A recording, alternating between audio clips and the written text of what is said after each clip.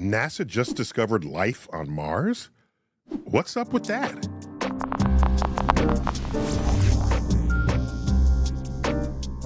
David Grinspoon, my astrobiologist at large, right there at NASA headquarters.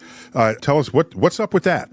Well, if we say NASA just found life on Mars, we're being a little bit, getting out over our skis a little bit. This is possible life on Mars billions of years ago. We're not talking about life on Mars today, but what's really exciting about this is it seems to be legitimately the best evidence we've found for something on Mars that needs life to explain it. So there's this rock called Chayava Falls. When you look at it, it's got these weird spots that they call leopard spots, because that's kind of what it looks like. And then they said, hey, that's weird. Let's go up closer and with our analytical instruments, see what those spots are made out of. And they turn out to be these iron minerals, things called vivianite and greigite that you find on Earth. And where you find them on Earth, they're usually associated with microbes doing things to organic matter. And then they look at this spot and they analyze it, and there are organics there. So there are organics, carbon stuff, and there are these minerals that on Earth are usually associated with life sort of using the energy, and it's kind of what life leaves after its meal, you know. Microbial poop, is that what you want to call it? Yeah. It's what's excreted after the microbes eat. You can have an organic soup where there's not life. You just have the ingredients that life needs. So when you said organics, it's carbon, oxygen, nitrogen, that sort of thing?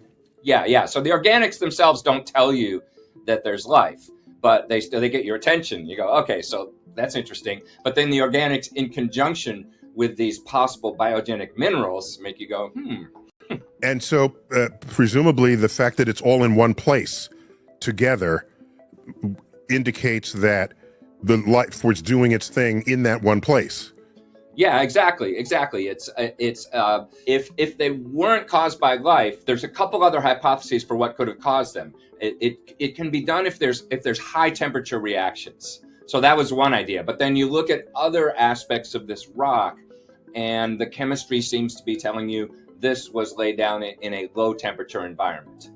And then, and then it could also be done if it was a heavily acidic environment. But then you look at other aspects of this rock and you go, no, it doesn't seem like it was a heavily acidic environment. So they've sort of started to rule out the obvious other explanations, and they're left with not only the biological explanation, but maybe that's almost like the favorite explanation now, which is. So this was discovered by Perseverance, the SUV-sized rover that was plunked down there some years ago. And why didn't any other experiment notice this? Yeah, we have not found these kinds of deposits anywhere else. So they're not all over the place on Mars. But then, of course, one thing we've learned from both our orbital and surface explorations of Mars is that Mars is a diverse planet with a lot of different kinds of locations. And so, you know, this is a particular location with these are sedimentary rocks in a place that had liquid water. So these things are not all over the place on Mars, but you got to remember, most of Mars we haven't explored. And the landing site for the rover, as was surely true with other rovers, was very carefully selected to maximize the chance of finding life. So you're going to go where there's a dried riverbed or lake bed or river delta, right? So I presume there's a lot of prior thinking where this is the fruits of that early work that people put in the reconnaissance. Oh, absolutely. I mean, this location was chosen, as you say, because it seemed promising. And, you know, that one way of looking at this is, hey, that validates all those choices, all those site selection meetings. And, you know, it's like, yes, we found it. Well, okay, we found something that could be it. It's certainly something interesting. And by the way, another interesting thing about this location is that these sediments are some of the youngest sediments that Perseverance has explored. They're not, I mean, they're still ancient, they're billions of years old, but of all the rocks that we've looked at, they're some of the youngest, meaning that if this is an actual sign of ancient life, that life might have been there for quite some time. There's much older signs of habitable environments than this particular one, which is on the young side from what we've explored. Wow. So when are we going to see something crawl out of a hole on Mars?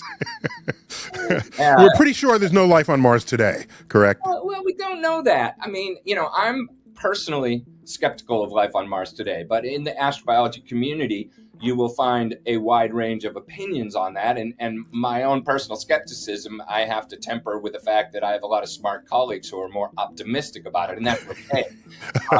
But the fact is, if we find definite evidence of ancient life on Mars, and we haven't found it yet, but we found something promising. But to say we found... Call it a smoking gun, gun.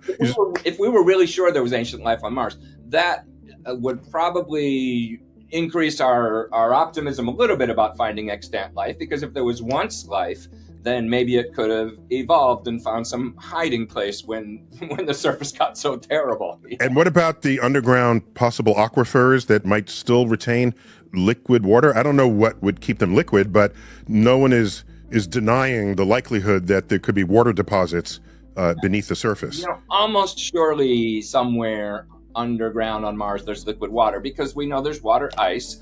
And we know that as you go into the interior of a planet, of any planet, it gets warmer and warmer because of basic thermal physics. So at some point on Mars, there's a place that's warm and wet enough so there's an aquifer. I think that's very likely. The question is, would that have the energy and the nutrients and all the other stuff you'd need for life? And could life exist over billions of years in one little, isolated outpost if it's not a sort of robust planetary biosphere like you have on Earth? That makes me skeptical, but I certainly can't say I know there's no life on Mars, and I think that we need to search for it.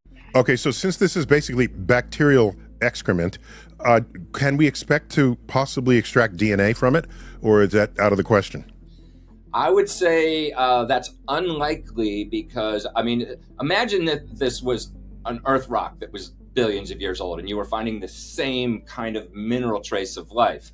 The idea of there being sort of intact genetic material that had survived, especially in an environment like, Mars is being bathed in this cosmic radiation. So I would say, and lethal ultraviolet, yeah. The idea of, sort of creating Jurassic Mars Park out of this stuff seems unlikely. It would just be fun to know if it had any DNA at all, and if it did, does it have anything in common with us? Oh, man. Which, if it did, then we got panspermia on our hands. Just remind me about what that could be. Yeah, no, the question you're asking, of course, would be amazing if we found something intact enough to understand its genetics, because then we have that amazing question: are we related to it? Yeah. Has it arisen because rocks at one point traveled between Earth and Mars, which we know they do naturally, and something hitchhiked along it, or is it actually an independent origin?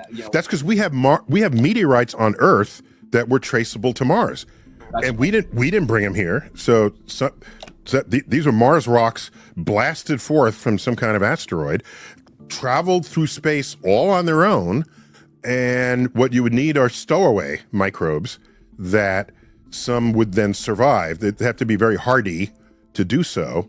And the hardiest microbes that we all know about and talk about, of course, is the tardigrade, water bear, that you can't kill that thing.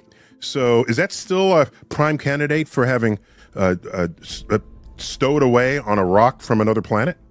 Well, you're asking me if tardigrades are Martians? No, yeah, I didn't want to say it that explicitly. I was trying to get around that somehow. It is true that there are Earth organisms, the tardigrades being a great example, that seem like they would survive at least short stints of space travel. Another interesting thing to ponder is the fact that at the time when these possible microbes were pooping out these minerals on Mars, the bombardment rates were higher early in the solar system. There was more stuff hitting the planets, and therefore the chance that some rock with some of this stuff got blasted off of Mars and landed on Earth, it seems credible that could have happened. So that would mean we would all be descendants of Martians. Well, I know some people in particular that's surely more true for them than others. Yes. So remind us who's the lead author on this paper? The lead author is Joel Hurwitz at Stony Brook University. It's a long list of authors because these are big team efforts, and so it's a cast of dozens, but he's the lead author, and the Perseverance team is I think they're popping champagne today. So, David, thanks for checking in with us on very short notice for this very important announcement from NASA. Absolutely, nice talking to you, Neil.